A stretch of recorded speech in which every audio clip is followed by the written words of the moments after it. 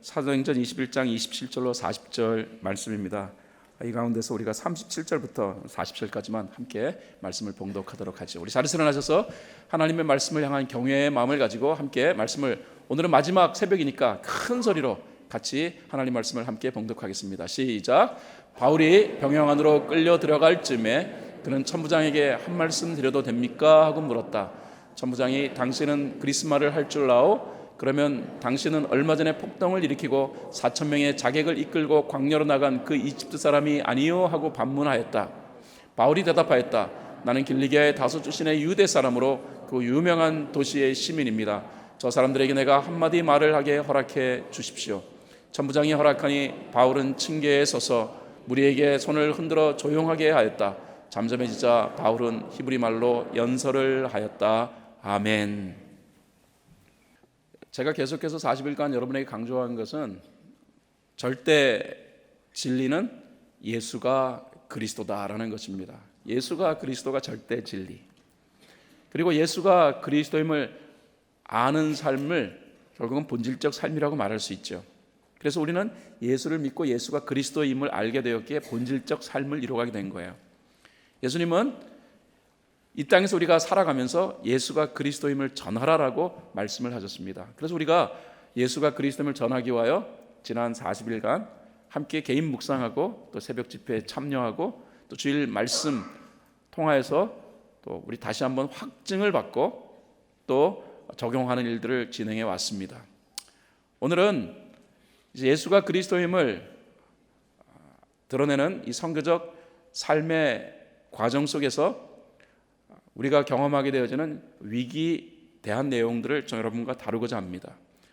마음에 결심을 하고 또 마음에 또 그렇게 해야지 하고 헌신했다 할지라도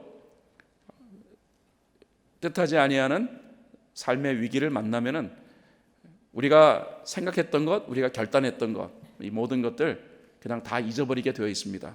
사탄은 그래서 항상 우리의 헌신과 우리의 결단 뒤에 우리의 삶을 위기에 빠뜨리게 하는 일들을 종종 진행한다는 것입니다. 그러나 분명히 말씀드리는 것은 선교적 삶에도 위기, 크라이시스, 이 위기는 있다라는 것입니다. 하지만 선교적 삶을 실행해가는 저와 여러분에게 이 위기를 어떻게 다뤄야 하는가, How to deal with crisis, 어떻게 이 위기를 우리가 다뤄갈 것인가 하는 부분을 이 캠페인의 마지막 종반부에서 여러분과 함께 나누려 하는 거예요. 오늘 우리가 함께 묵상해 볼 사도행전 21장 27절로 40절 내용은 자신에 대한 오해를 해소시키고 또 화평을 도모하기 위해 율법의 규례에 동참했던 바울의 노력이 허사로 돌아가고 있다는 것입니다. 바울에 대한 유대인들의 박해가 본격화되어 가지고 바울이 매를 맞고 또 투옥을 당하게 됩니다. 이미 선지자 아가보의 예언자 아가보에 의하여서 바울이 예루살렘에 오게 되어지면 결박당하게 되어지고 큰 어려움에 처하게 될 것이다 라는 사실은 이미 예언되어졌던 내용이에요. 이 부분이 그대로 실현되어진 것입니다. 그러나 여러분이 꼭 아셔야 될 것은 사도행전 진짜 스토리는 우리가 읽은 이 본문을 중심으로 하여 시작된다는 거예요. 안타깝게도 40일 캠페인에 여러분과 함께 사도행전 묵상은 이제 내일 사도행전 22장에서 끝나요. 진짜 중요한 내용, 하나님께서 바울의 삶 가운데 역사하신 정말로 중요한 내용들은 22장 이후 28장까지 쭉 진행되어지는데 그것은 뭐 다음을 기약하고 여기까지만 할 겁니다. 하지만 바울에게 있어서 굉장히 중요한 순간이라는 것을 여러분에게 말씀드리고 싶어요. 바로 가장 중요한 순간에 바울은 위기에 접하게 됩니다. 그 위기를 바울이 어떻게 다루었는가 하는 부분은 우리에게 정말로 좋은 교훈을 주는 것이라고 말씀드릴 수 있습니다. 자, 우리가 선교적 삶을 실행하기 위하여서 결단했지만은 그럼에도 불구하고 우리가 결단한 이 내용에 대하여서 내려놓고 싶은 그런 마음이 들 수 있는 그런 위기적 상황 앞에서 우리는 어떠한 태도를 취해야 될 것인가, 몇 가지 여러분과 함께 이 부분을 고민해 보고자 합니다. 제일 먼저 우리는 위기에 대한 개념을 이해해야 돼요. 대부분은 위기를 만나면은 위기는 나를 망하게 하는 것, 그래서 위기 앞에 다들 주춤합니다. 그러나 성경이 우리에게 제시하는 위기라는 것은 어떤 것인가 보면 위기는 두 가지 의미가 함께 담겨져 있다는 거예요. 위기는 정말 망하게 할 수도 있어요. 위기를 잘 다루지 않으면 그 위기 때문에 우리가 망할 수 있다는 것입니다. 하지만 그 위기 속에는 또 믿기지 아니하는 내용도 담겨져 있다는 거예요. 우리의 삶을 흥하게 만드는 부분도 담겨져 있다는 거예요. 그래서 모든 위기 속에는 망하게도 하고 흥하게도 하는 양면성을 지녔다. 그래서 무엇을 우리가 선택하느냐 하는 것이 굉장히 중요하다는 것입니다. 오히려 위기 앞에서는 포기하는 것이 아니라 위기 앞에서는 우리가 선택을 고민해야 된다는 거예요. 이 위기라는 영어 단어 크라이시스, 이거는 헬라어에서 온 거예요. 헬라어에서 크리네인이라는 이 단어에서 왔습니다. 원래 크리네인이라는 이 단어는 의학적 용어입니다. 사람이 병이 들었는데 어떻게 병세가 굉장히 악화되어져 가지고 그래서 죽느냐 사느냐 하는 그런 분기점에 딱 이르는 경우가 있다라는 것이죠. 이럴 때 사용되어지는 의학 용어가 크리네인, 굉장히 중요한 그런 순간이다라는 그런 표현입니다. 이때 의사는 어떤 처방을 내릴지를 고민하게 됩니다. 이 크리네인 상황에서 의사는 어떤 처방을 내려야 할까? 사느냐 죽느냐의 갈림길에 환자가 있으니까 자신이 다루는 이 환자에 대해 어떤 처방을 내리느냐를 고민한다. 한마디로 말하면 이 위기라는 것은 분기점이라고 말씀드렸어요. 영어로 얘기하면 정션이라고 하죠. 정션이라는 것은 길이 갈라지는 그런 위치를 정션이라고 합니다. 어느 쪽으로 가느냐 따라가지고서 이제 목적지가 달라지는 거예요. 한쪽은 망하는 길이 될 수 있어요. 한쪽은 흥하는 길이 될 수 있어요. 매우 중요한 순간이라는 것입니다. 따라서 위기의 순간은 포기가 아니라 위기의 순간에서 우리에게 중요하게 여겨지는 내용이 뭐냐? 그러면 선택이라는 것입니다. 본문을 보면은 이제 바울의 사역에 아주 절대절명의 위기가 찾아왔다라는 것이죠. 어떻게 보면은 바울이 이제 끝났다, 바울의 사역은 끝났다라고 여겨질 수 있는 그런 위기 상황에 바울이 이제 처하게 되어집니다. 더 이상 사람 힘으로는 어떻게 할 수 없는 그런 상황이에요. 그런데 바울의 사역의 실제적인 클라이맥스는 우리가 읽은 이 사도행전 21장으로부터 시작되어져요. 사도행전 21장은 사도 바울의 사역에, 아니 사도행전적 역사 속에서 가장 클라이맥스에 위치하는 것이다라고 생각하시면 될 것 같아요. 여기서부터 바울은 유대인들의 중심부인 예루살렘에서 마음껏 예수가 그리스도라는 사실을 막 드러냅니다. 그것도 천부장의 보호하에. 만약에 그냥 그 수많은 예루살렘 사람들을 향해서 예수가 그리스도라고 전했다면 아마 스데반처럼 돌 맞아 죽었을 거예요. 그런데 이 천부장의 호의를 받으면서 바울은요, 예수가 그리스도임을 예루살렘에 있는 사람들 향하여 직설적으로 표현해요. 그리고 난 다음에 로마 황제 가이사 앞에서 복음을 전하게 되는 출발을 하게 되어집니다. 이게 정말 놀라워요. 언뜻 보면은 바울이 체포되어져 가지고 오히려 자유가 제한되어지는 그런 상황에 빠진 듯 보이지만은 여기에서 하나님의 놀라운 섭리가 있다라는 사실을 우리가 발견하게 되는 거예요. 여러분, 오늘 저는 여러분에게 중요한 말씀을 드립니다. 신앙생활을 진행하다가 위기 앞에 딱 봉착하게 되어집니다. 누구나 다 위기 앞에서는 주춤할 수밖에 없어요. 그리고 그 위기 앞에 다 공통적으로 느끼게 되어지는 유혹이 있습니다. 뭐냐? 포기. 포기에 대한 유혹이에요. 그만두고 싶은 충동. 극단적인 선택을 하는 사람 다 이유가 있어요. 하다 안 되니까 그 위기 앞에서 그냥 포기하자. 그래서 자살하는 사람 많지 않습니까? 자살은 저는 이렇게 정의하고 싶어요. 완벽한 포기 행위. 저도 사역을 쭉 진행하면서 많은 유혹을 받았습니다. 근데 저의 유혹은 포기에 대한 유혹이에요. 그만둘까? 이쯤이면 그만두는 게 낫지 않을까? 그만둘까? 포기할까? 지나고 났더니 사탄이 저에게 주었던 가장 큰 유혹은 포기에 대한 유혹이었습니다. 이럴 때마다 저는 이런 생각을 합니다. 포기는 김장 담글 때만 쓴다. 다시 성경서에 등장했던 수많은 위인들을, 우리의 믿음의 선배들을 여러분에게 소개하고자 합니다. 다니엘, 인생 최대의 위기에서 다니엘은 타협이냐 기도냐 이 갈림길에 섰습니다. 그리고 다니엘은 기도를 선택했습니다. 여러분, 위기라는 것은 정션이라고 말씀드렸습니다. 갈림길이에요. 반드시 선택을 할 수 있는 두 가지 요소가 있습니다. 여러분이 위기를 만나시면 영적인 눈을 크게 뜨시고 내가 선택해야 할 두 가지 내용이 뭐냐라는 것을 살펴보셔야 해요. 분명히 두 가지가 있어요. 다니엘은 타협이냐 기도냐. 여러분, 다윗의 인생 최대 위기는 언제라고 생각하십니까? 밧세바와의 간음 사건이 들통났을 때였어요. 이런 순간 다윗에게 치명적인 위기 상황이라고 말할 수 있어요. 대부분 이럴 때는 어떤 유혹을 받습니까? 감춘다, 부인한다. 그런데 감추고 부인할 수 없는 지경까지는 어떻게 합니까? 발악을 한다. 그래서 자신을 향하여서 잘못됐어 라고 말하는 사람이 입을 틀어막기 위하여 죽이고 발악을 한다. 은폐. 여러분, 처음에는 다윗은 숨기려 했어요. 밧세바의 복중에 있는 아기가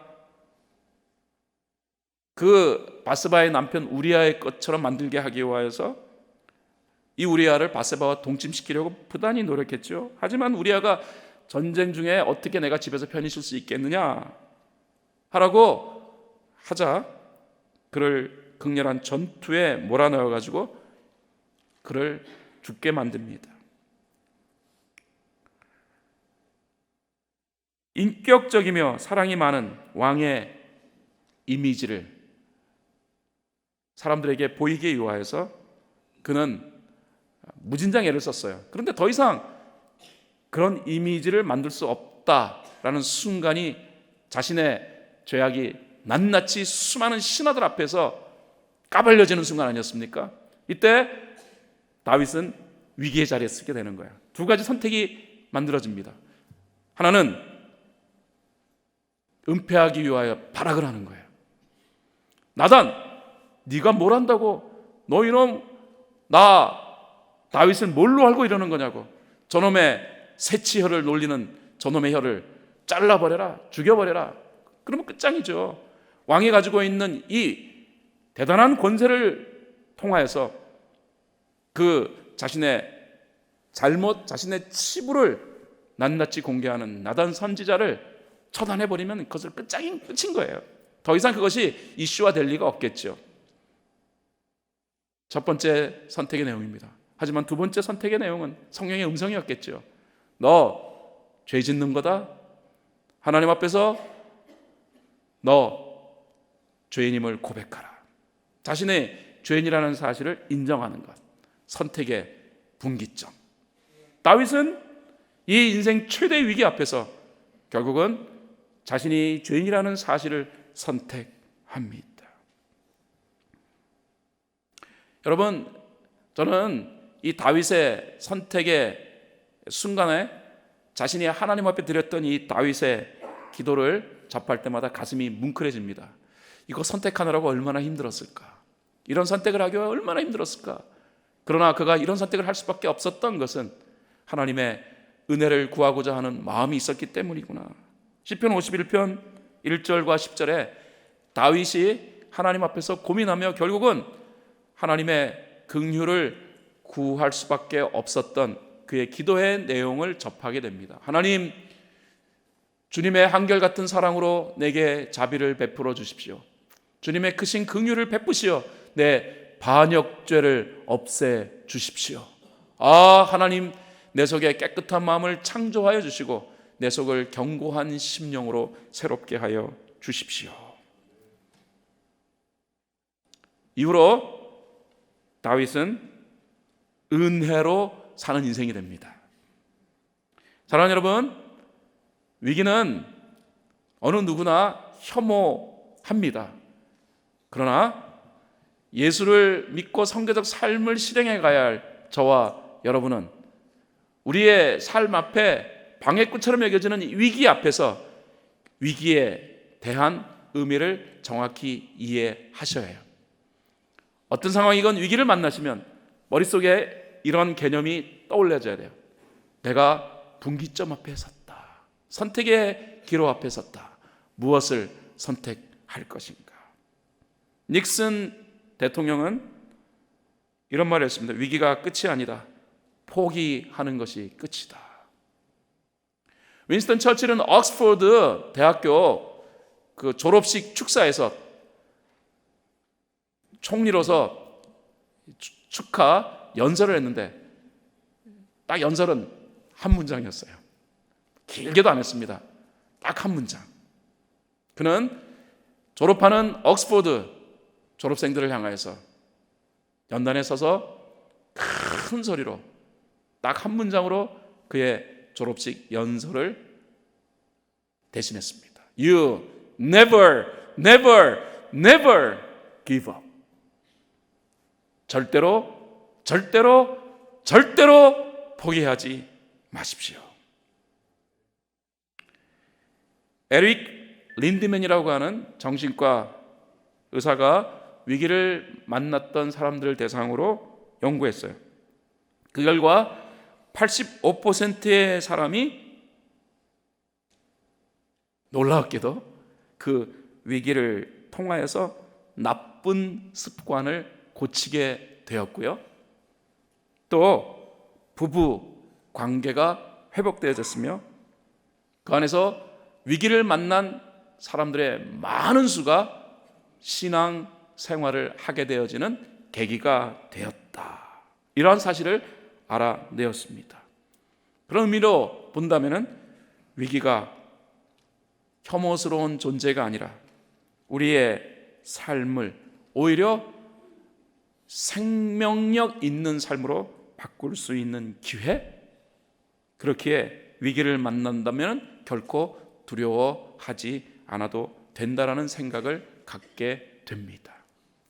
위기, 축복입니다. 아멘인가요?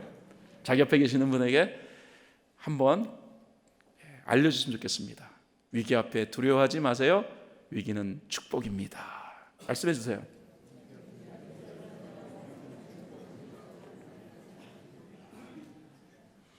두 번째 내용, 제가 한 가지 예언합니다.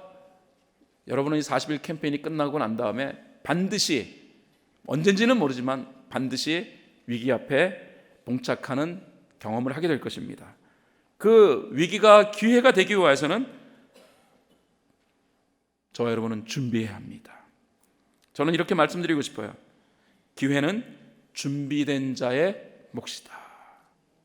여러분, 위기라는 이 단어, 한자어로 위기라는 말은 위험한 순간이라는 의미보다는 정확히 표현하자면 위험한 기회입니다. 인생이 한순간에 무너질 수도 있지만 동시에 되살아날 수 있는 기회의 순간, 이게 한자어로 위기예요.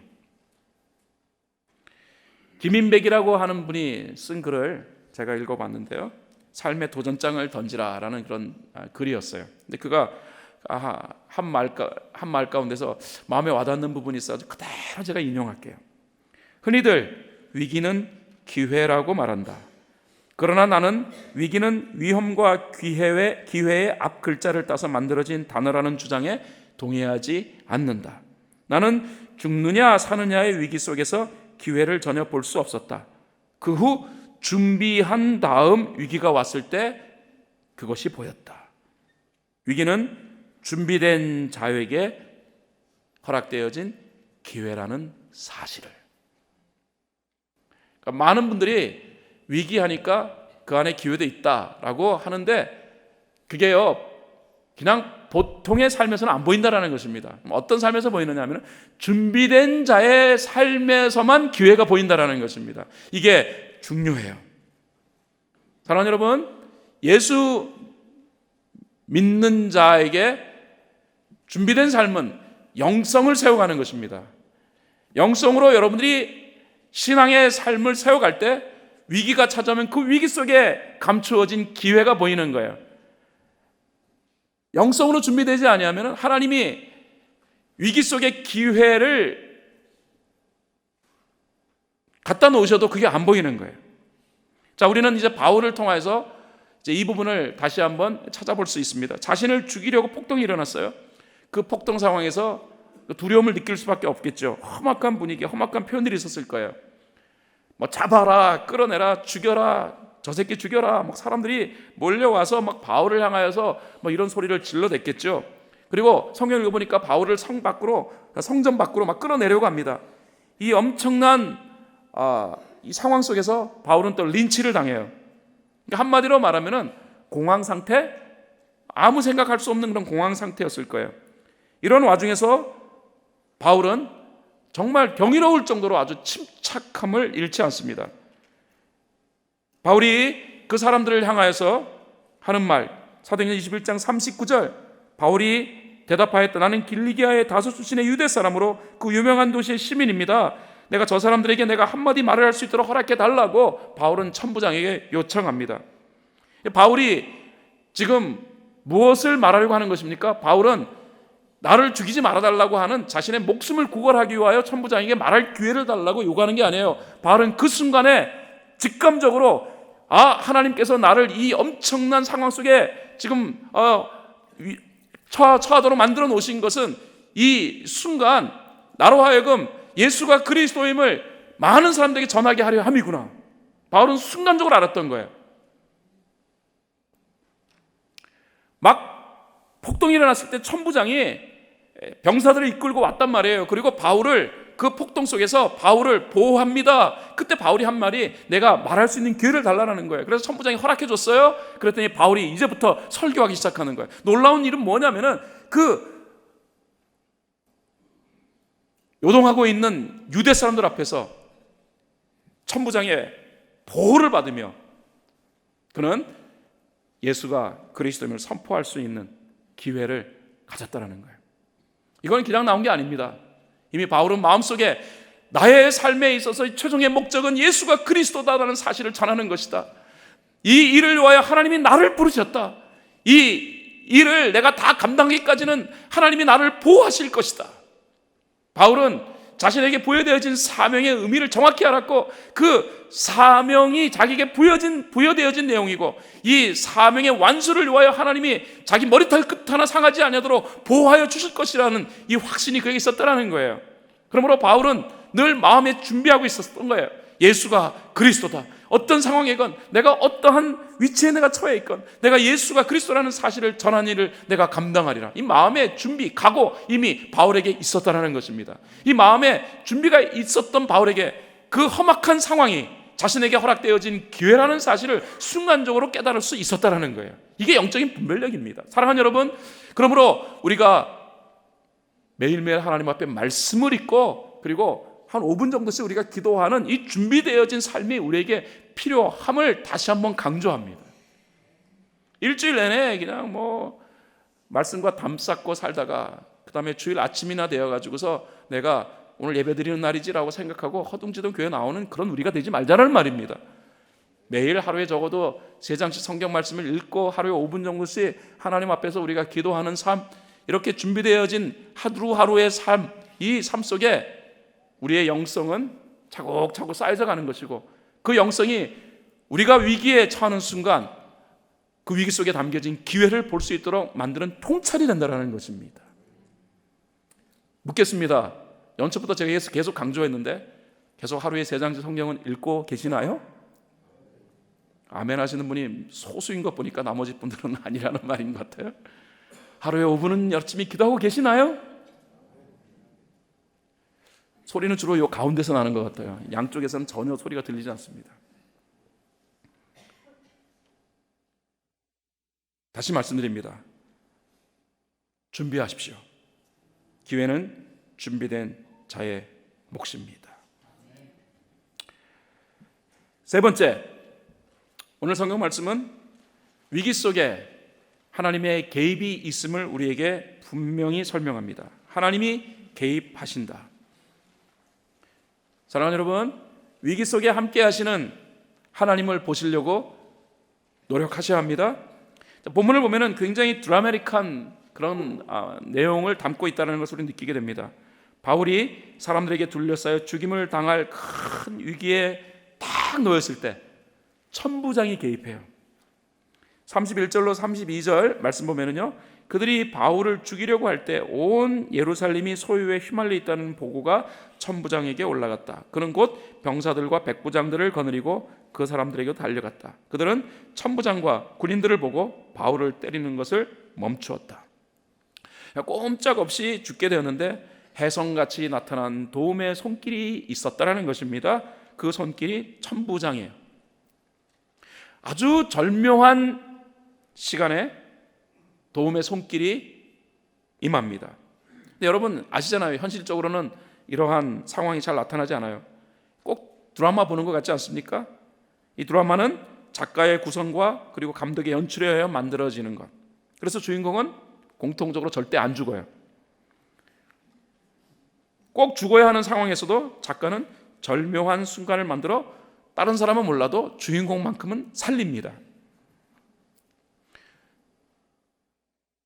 오늘 우리가 읽은 사도행전은 TV로 보는 드라마가 아니에요.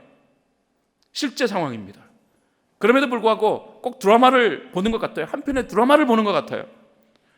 저기서 바울도 스데반처럼 돌 맞아 죽겠구나. 야, 바울 끝이구나. 뭐 성경에 나와 있지 않지만은 바울을 성전에서 막 끌어내가지고 죽여라, 뭐 저 새끼 죽여라 하고 뭐 여러 개 고함치는 소리 앞에서 어떤 사람이 흥분해가지고 아마 옆에 있는 돌을 들어가지고 바울의 머리통을 내치려고 했을지도 모르겠습니다.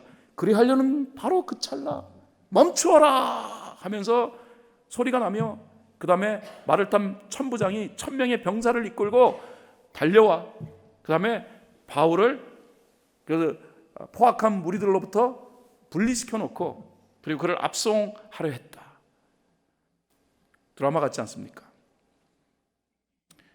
저는요 이 부분을 보면서 이것은 철저히 하나님에 의하여서 이루어지는 그런 드라마다라고 저는 그렇게 봐요. 하나님은 수많은 위기 속에서 우리에게 부여되어진 이 사명을 적극적으로 완성할 수 있도록 우리의 삶에 개입하십니다. 그 사명이 완수될 수 있도록 도움의 손길을 허락해 주십니다. 선교적 삶을 향하여 하나님은 우리를 주인공으로 발탁하신 것입니다. 우리가 이루어가야 할, 우리가 만들어가야 할 드라마의 제목은 선교적 삶입니다. 그 선교적 삶의 주인공은 여러분입니다. 선교적 삶의 주인공 이름을 그 드라마 그 주인공에 여러분이 발탁되어진 거예요. 그리고 그 선교적 삶이라는 드라마를 연출하시고 각본을 만드신 분은 우리 하나님이십니다. 하나님의 철저한 연출에 의하여 우리의 선교적 삶은 해피엔딩을 향하여서 진행될 것입니다. 분명한 것은 드라마 속 주인공은 죽지 않는다라는 것입니다. 그런데 여러분 드라마를 보면서 재미있는 상황이 언제입니까? 그 위기가 드라마에 있을 때 재미있지 않아요? 정말 그냥 계속해서 좋은 것, 잘 되는 것만 나타나면은 드라마는 흥미가 떨어져요. 위기 상황 속에 주인공이 접하는데 그 위기 상황 속에서 그 주인공이 그 다음 스테이지로 나가게 하는 그 연결고리가 또 만들어지면 흥미진진하지 않습니까?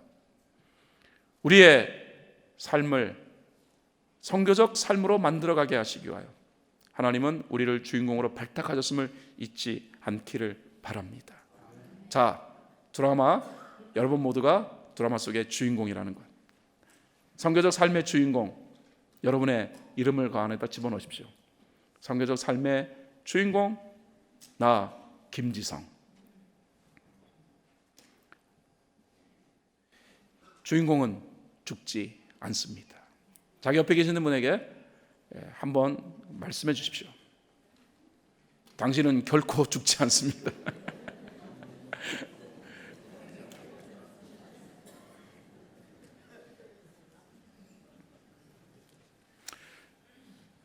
사실 바울은 예수가 그리스도임을 전하고 싶었습니다만 예수가 그리스도라는 말이 나오는 순간 돌이 날아오고 박해가 날아오니 말하고자 하는 내용들이 끊길 수밖에 없어요.